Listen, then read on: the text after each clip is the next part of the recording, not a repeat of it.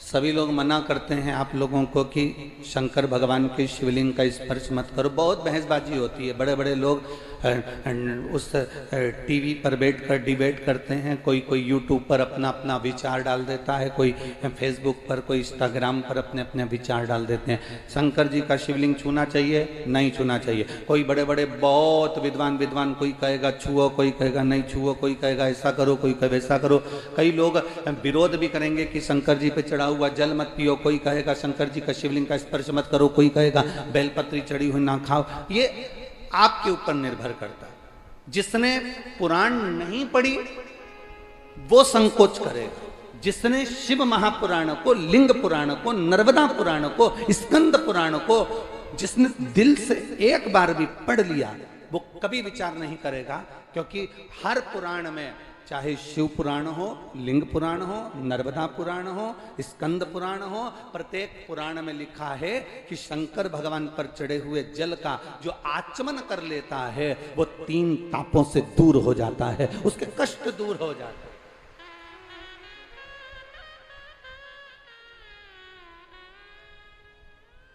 Medical पे से दवाई लेकर खाओगे, कितनी भी खा लो असर नहीं करने वाली। डॉक्टर लिखेगा और डॉक्टर की लिखी हुई दवाई खाओगे तो 5 दिन की दवाई लिखेगा और 3 दिन में ठीक कर देगा। बोलो सही है कि गलत है? जम के बोलो जरा। आप बाजार से कोई सी भी दवाई खरीद के ला, साहब मेरा सिर दुख रहा है, दे देना साहब, मेडिकल वाले ने दवाई निकाल कर दे दी। साहब मेरा पेट दुख रहा है, मेडिकल वाले ने दवाई निकाल कर दे दी। एक दवाई व्यक्ति खाता है कि बाजार से ली और खा ली,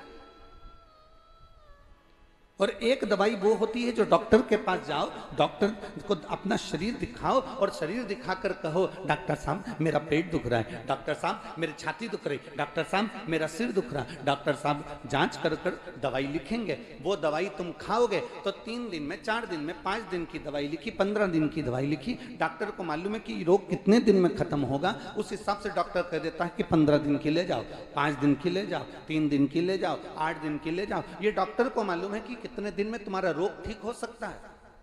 एक दवा वो होती है जो तुम खुद अपने मन से खरीद कर खा लेते हो, और एक दवा वो होती है जो डॉक्टर लिखता है, उस लिखी हुई दवा को खाते हो।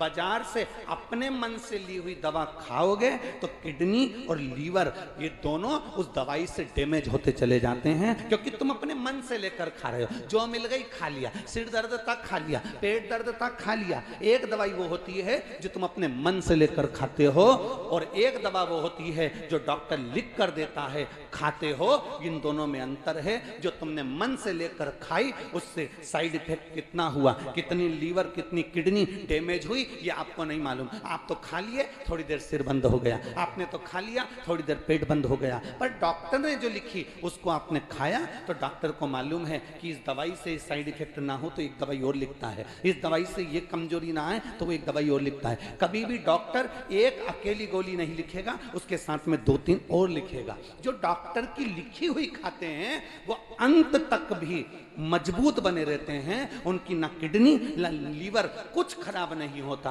और जिनका तकलीफ आई मन से ली खा लिया, तकलीफ आई मन से ली खा लिया, तकलीफ आई मन से लिया और खा लिया। आखिरी में क्या होता है कि किडनी और लीवर बेकार हो जाता है। आखिरी में क्या होता है कि शरीर डैमेज हो जाता है, शरीर बेकार, फेफड़े बेकार, हार्ट बेकार। 2 दवा है, एक दवा लिखी हुई है, एक दवा मन से ली गई। बस आप भी इस कथा को अपने अंदर धारण कर कर रखना। वेद व्यास जी ने जो लिखा, पुराणों में, शास्त्रों में, वेदों में जो वर्णन किया, उसको पढ़कर लेओगे तो कभी भी डैमेज नहीं होगे, और ये दुनिया के कहने पर लोगे तो डैमेज हो सकते।